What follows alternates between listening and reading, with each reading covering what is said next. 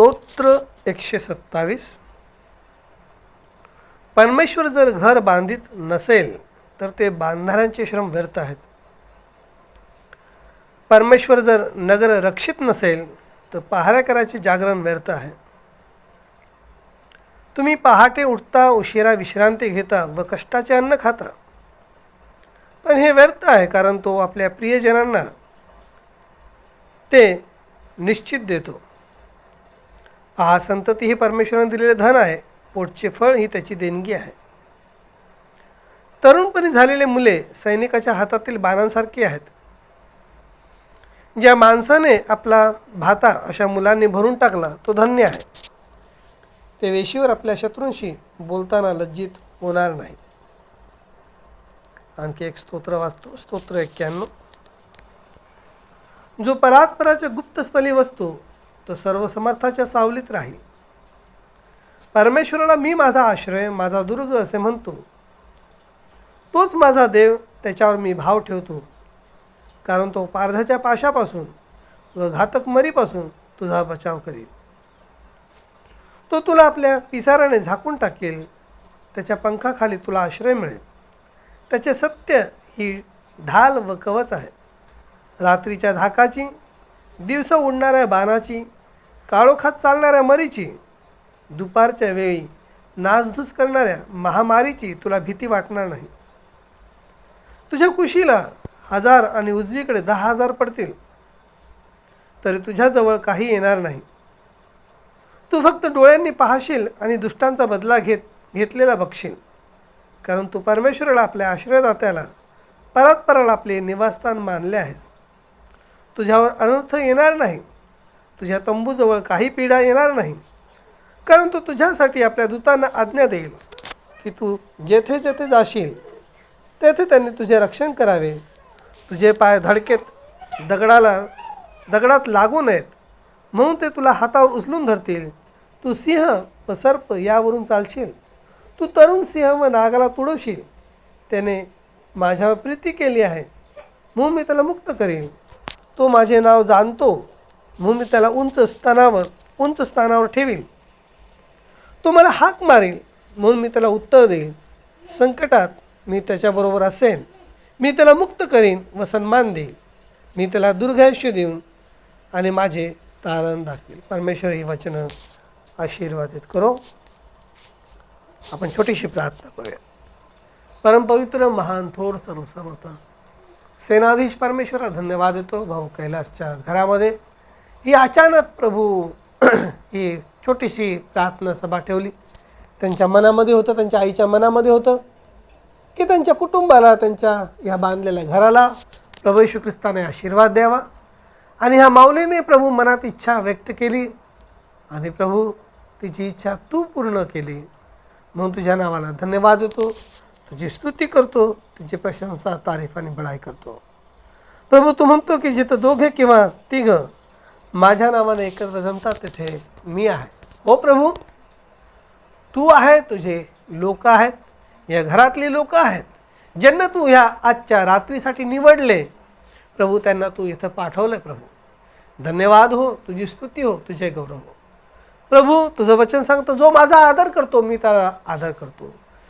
ज्याला मी पाठवलेला आहे, जो कोणी त्याचा आदर करतो तो त्या पाठवलेल्याचा देखील आदर करतो. हो प्रभू, तुझी स्तुती हो, तुझे गौरव हो. तुझ्या नावाला मान, महिमा, गौरव, पराक्रम सदा सर्व काळ असो. प्रभू, आम्हाला सर्वांच्या पातकांच्या प्रधानची क्षमा कर, आम्हाला शुद्ध कर, पवित्र कर. आणि प्रभू, ही छोटीशी आमची जी प्रार्थना सभा आहे तू आशीर्वादित कर. प्रभू येशूच्या नामात तुमतो ऐक. आमेन. बसा, खाली बसा.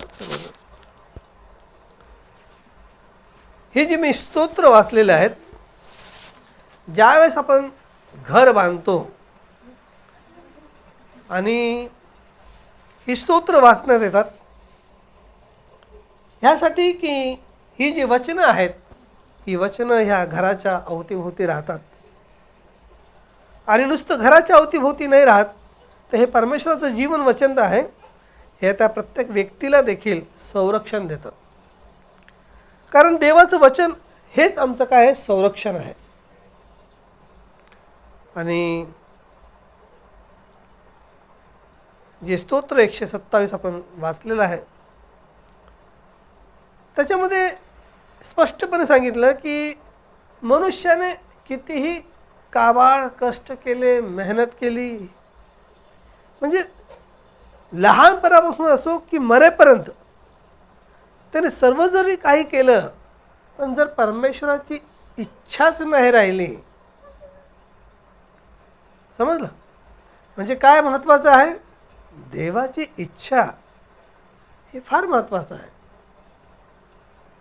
आणि म्हणून देवाचं वचन सांगतो की परमेश्वर जर घर बांधित नसेल तर बांधणाऱ्यांचं श्रम काय आहे? व्यर्थ आहे. परमेश्वर जर नगर रक्षित नसेल, जर परमेश्वर त्या नगराचं रक्षण करत नसेल आणि आम्ही 1,00,000 सैनिक ठेवले, 10,00,000 सैनिक ठेवले, पण त्या नगराचा काय होऊन जाईल? नाश होऊन जाईल. कारण परमेश्वराचं रक्षण हे फार महत्त्वाचं आहे. परमेश्वराने त्या नगराला रक्षण करणं गरजेचं आहे, मनुष्याचं रक्षण करणं गरजेचं आहे. आपण बघतो कितीतरी लोक बॉडीगार्ड ठेवतात, आहे की नाही? जे श्रीमंत लोक आहेत त्यांच्या जीवाला धोका असतो, मग ते आपल्या अवतीभोवती बॉडीगार्ड ठेवतात, आपले पंतप्रधान ठेवतात, कारण ते देशाचे महत्त्वपूर्ण लोक आहेत. राष्ट्रपती ठेवतात, मंत्री ठेवतात, मुख्यमंत्री ठेवतात, कारण ते एक विशेष व्यक्ती आहेत आणि त्यांच्या जीवाला धोका असल्यामुळं किंवा कोणी काही त्यांना त्रास देऊ नये ह्यासाठी एक संरक्षणाची गरज आहे. पण येथे तर स्वतः परमेश्वर तुमचा आणि माझा संरक्षक बनत आहे. Praise the Lord. तो बोलतो मी तुमचा रखवालदार बनतो, मी तुमचा रक्षक बनतो, पण तुम्ही माझा आदर करावा आणि जी माझी इच्छा आहे ते जाणून घेणं. घर बांधणं हे प्रत्येकाचं स्वप्न असतं. माऊली सांगत होते आम्ही लहानपणापासून कष्ट केले, मुलांचे लग्न देखील काम करून करून करून आम्ही लावले आणि आज ह्या घरासाठी देखील माझा मुलगा, मी, बाबा कष्ट करतात. आणि खरी गोष्ट आहे, घर बांधण्यासाठी कष्ट करावं लागतं प्रत्येकाला, कोणी का असेल. 2 गोष्टी फार महत्त्वाच्या आहेत माहिती, घर बांधणं आणि लग्न. लगीन कार्य फार कठीण आहे. एक तर मुलाला मुलगी सापडत नसते किंवा मुलीला मुलगा सापडत नसतो, शोधत बसावं लागतं, शोधत बसावं लागतं, शोधत बसावं लागतं. आणि मग ते लगीन कार्य जमलं की मग ते रीतिरिवाज ज्या परंपरा असतात त्या पद्धतीने अनेक गोष्टी कराव्या लागतात. आणि अनेक लोक तर मुली शोधत बसतात, मुलं शोधत बसतात, म्हातारे होऊन जातात, पण मुली भेटत नाहीत. मुलगा भेटत नाही. हे वस्तुस्थिती सांगतो मी, आजच्या ह्या जगामध्ये जे चाललं आहे ते. म्हणून मुलगा शोधताना असो, मुलगी शोधताना असो, घर बांधताना असो, देवाची इच्छा ही फार महत्त्वाची गोष्ट आहे. आणि परमेश्वर इथं हे सांगतो की आम्ही कितीही काबाड कष्ट केले, करणं गरजेचं आहे. आदम आणि हवेच्या पापामुळं मनुष्यावरती काय आलेलं आहे? श्राप आहे. हे जे कष्ट आहेत हे श्राप आहेत. आणि त्या श्रापाचाच परिणाम आहे की आज तुम्ही आणि मी काय करतो? घाम गाळतो, है ना? फार कष्टाने आपल्याला भाकर मिळते, घाम गाळून. तर देवाचं वचन जे सांगतं, प्रत्येकजण कष्ट करतो. जर आपण इतिहासामध्ये गेलो, इतिहासामध्ये लोकांनी मोठमोठे महाल बांधलेत, आहे की नाही? ते मोठे श्रीमंत होते. आम्ही राजस्थानचे बघितले, आपल्याला बघतो, आपल्याला इंटरनेटवरती दिसतं राजस्थानमध्ये किती किती मोठमोठे महल आहेत. अनेक ठिकाणी ताजमहाल आहे, हे आहेत, ते आहेत, अनेक चांगल्या चांगल्या कलाकृती त्यांनी बांधल्या. पण ते आज आहेत का? ज्यांनी एवढे मोठे किल्ले बांधले, महाल बांधले, ते आहेत का? त्याच्यासाठी त्यांनी किती कष्ट केले, किती पैसा ओतला. तर इथं परमेश्वराला ते सांगायचं आहे. आणि परमेश्वर देवाच्या वचनाच्या द्वारे स्वतःसाठी घर बांधत आहे. तो म्हणतो मी विटा, माती ह्यांच्या घरात राहत नाही, मला राहण्यासाठी एक घर हवं आहे. काय म्हणतो देव? काय म्हणतो? मला राहण्यासाठी घर हवं आहे. कोणी घर देतं का? घर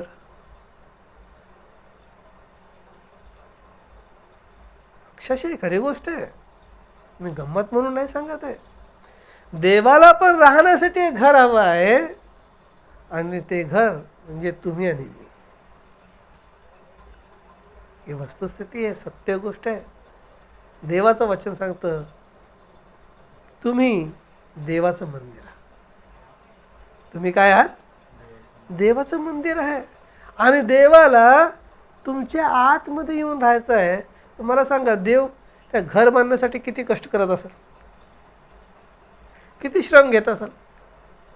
कारण त्याला बघा, देव जर अद्भुत आहे, त्याचं घर पण अद्भुत असणार, त्याचं घर पण सुंदर असणार. आणि त्याला ते घर जे पाहिजे ते अगदी काटकोण्यामध्ये पाहिजे नाही, अगदी व्यवस्थित पाहिजे नाही. आणि ते घर म्हणजे तुम्ही आणि मी, जे देवावरती विश्वास ठेवणार आहेत. जे देवावरती विश्वास नाही ठेवत त्यांची गोष्टच नाही वेगळी आहे. कारण ते देवावरती विश्वास नाही ठेवत, तर ते मेल्यानंतर देवाच्या घरी असणार का? असणार का? काय विचार करा. मी तुमच्या घरी काय नाही, तुम्ही माझ्यावरती विश्वास ठेवतात, मी तुमच्यावरती विश्वास ठेवतो, बरोबर आहे. आता इथं भरपूर मोठमोठे घरं आहेत, मोठमोठे बंगले आहेत. मी त्यांना जाऊन म्हणाल, मी तर फार चांगला माणूस आहे, मी तर दारू पित नाही, मी तर सिगरेट पित नाही, मी मारामारी करत नाही, मला तुमच्या घरात येऊ द्या, राहू द्या. घेतील का मला? मग ओळखच नाही आहे है ना, ओळखच नाही आहे, माहितीच नाही आहे, कधी बोलणंच नाही आहे, कधी बसणंच नाही आहे, तर कशाला तो मला घेईल? मी किती चांगला असलं तरी. लोक असंच म्हणतात, आम्ही तर चांगले आहोत ना, आम्ही का कोणाचं वाईट केलं का? नाही हो, प्रश्न तो नाही आहे. तुम्ही वाईट करण्याचा प्रश्न नाही आहे. मग तुम्हाला त्याची ओळखच नाही आहे, तर तू घरात घेणार का? त्याचा वॉचमन काय म्हणाल, भाई बाजू हो जाओ, घर के अंदर आना बनाय. अगदी परमेश्वराचं असंच आहे. परमेश्वर चांगला आहे, तो कधीच कोणाचं वाईट इच्छित नाही. त्याची बिलकुल इच्छा नाही आहे की कोणी मेल्यानंतर नरकात जावं, बिलकुल इच्छा नाही आहे. पण तो भाग तुमच्यावरती आणि माझ्यावरती. जर आपण त्याला ओळखू, जर आपण त्याच्या संगती बोलू, जर आपण त्याच्या संगती वेळ घालवू, तर आपण देवाच्या घरामध्ये प्रवेश करू शकतो, त्याच्यासोबत बोलू शकतो, त्याच्यासोबत चहा पिऊ शकतो, है ना. वस्तुस्थिती आहे. अगदी हीच गोष्ट परमेश्वरला. तुम्ही वाईट आहात म्हणून, म्हणजे लोक वाईट आहेत म्हणून तो काय त्यांना नरकात टाकणार असातला भाग नाही आहे. पण त्यांनी जिवंत असताना देवाची ओळख करून घेतली नाही आहे. प्रत्येकजण म्हणतो देव एक आहे, एक आहे, कोणीतरी ह्या सृष्टीचा निर्माण करता एक आहे. पण ते त्याला फक्त एक निर्माण करता म्हणून मानतात, उद्धार करता म्हणून मान नाही आहे. पण तो उद्धार करता कोण हे कळणं पण गरजेचं आहे ना. म्हणून एक प्रश्न नेहमी स्वतःला विचारायचा की जर आजच्या दिवशी मी जर हे जग सोडलं तर मी कुठं असणार, स्वर्गात नाही की नरकात? हा फार महत्त्वाचा आहे. कारण आमचं शरीर तर नष्ट होईल, आमची राख होईल, माती होईल, जे काय व्हायचं ते होईल.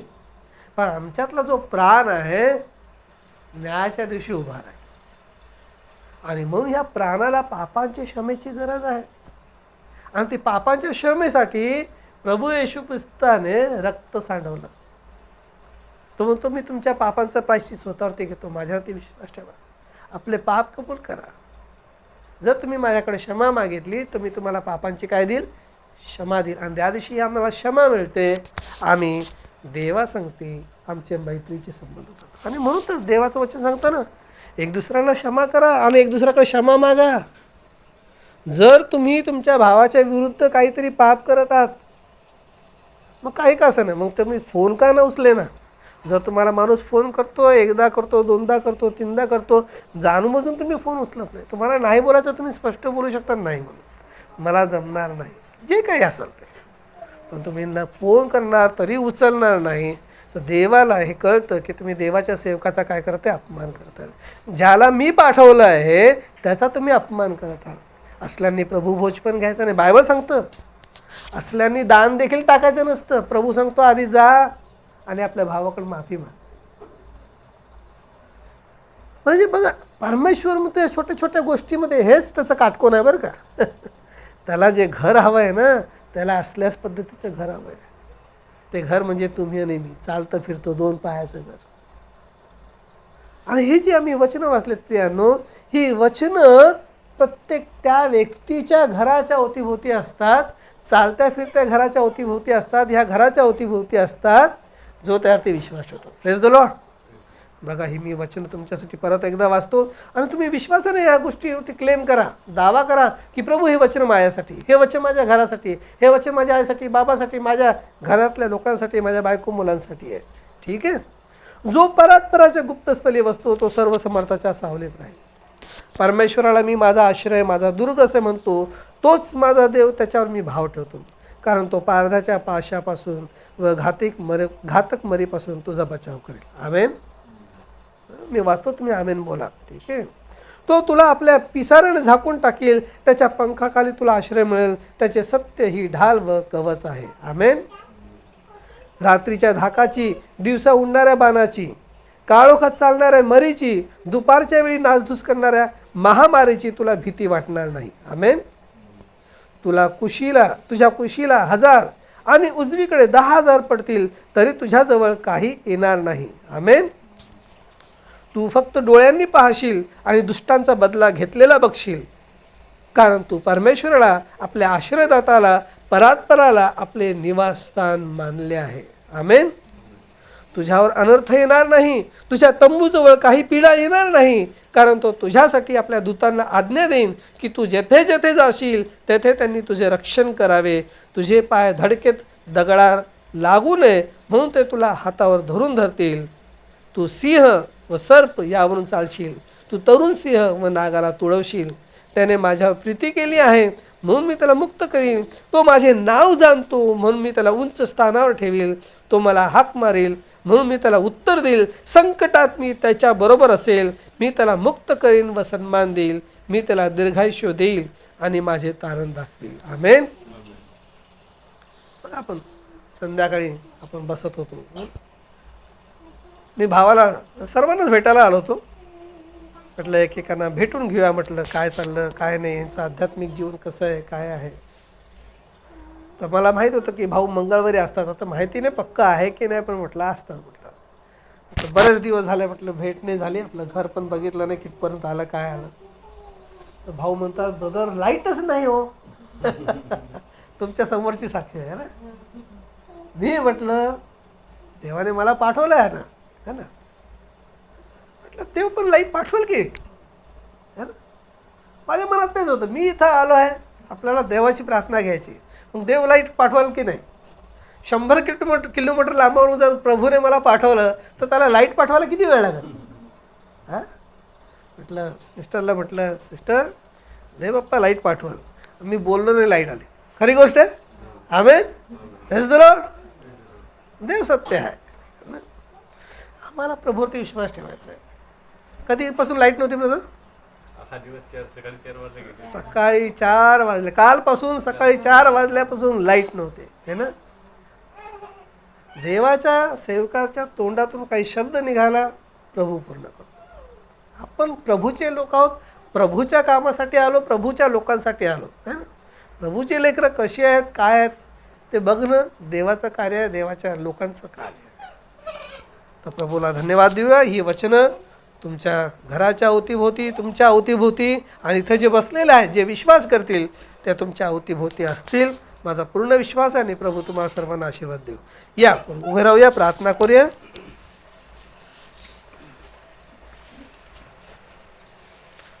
पवित्र, महान, थोर, सर्वसमर्थ, सेनाधीश परमेश्वरा, आकाश आणि पृथ्वीच्या निर्माणकर्ता, जिवंत देवा, तारणारा राजा, तारणारा प्रभू. माऊलीची बऱ्याच दिवसापासून इच्छा होती, भावाची इच्छा होती प्रभू, आणि प्रभू तुम्हाला पाठवलं. माझी देखील इच्छा होती भावाला भेटायची.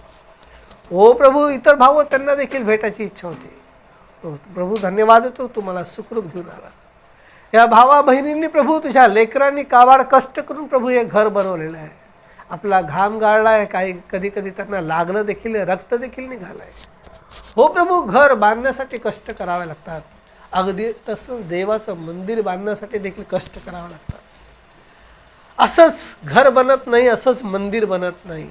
हो प्रभू, जर आम्हाला देवाचं मंदिर बनायचं आहे तर आम्हाला कष्ट घ्यावे लागतील, आम्हाला त्रास सहन करावा लागेल, आम्हाला बलिदान द्यावं लागेल, आम्हाला जसं आहे त्या पद्धतीने जीवन जगावं लागेल.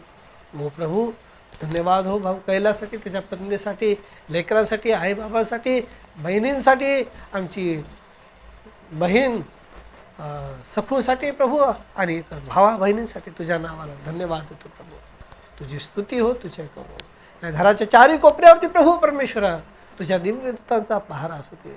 या सेवकाची प्रार्थना आहे प्रभू. माझा शब्द तू खरा केला की देव लाईट पाठवल. हो प्रभू, तू प्रकाशाचा निर्माण करता परमेश्वर नाही, तू स्वतःच प्रकाश आहे. आणि तुझ्या सेवकाच्या मुखातून निघालेला शब्द तू पूर्ण केला. तुझ्या नावाला धन्यवाद देतो. कारण आम्ही विश्वासाने तुझ्याकडे मागतो प्रभू, आम्ही आशेने तुझ्याकडे पाहतो. आणि प्रभू, तुझं वचन सांगतं, जे आशेने माझ्याकडे बघतात, विश्वासाने माझ्याकडे हात पसरतात, ते लज्जित आणि फजित होणार नाही. या भावाने जे काबाड कष्ट केले, कर्ज काढून इकडून तिकडून प्रभू हे घर बांधलं प्रभू आपल्या लेकरासाठी, माऊलीने आपल्या लेकरांसाठी घर बांधलं, स्वतःसाठी देखील आहे. पण तसंच प्रभू परमेश्वरा आम्हाला स्वर्गात जाण्यासाठी देखील तयारी करायची आहे.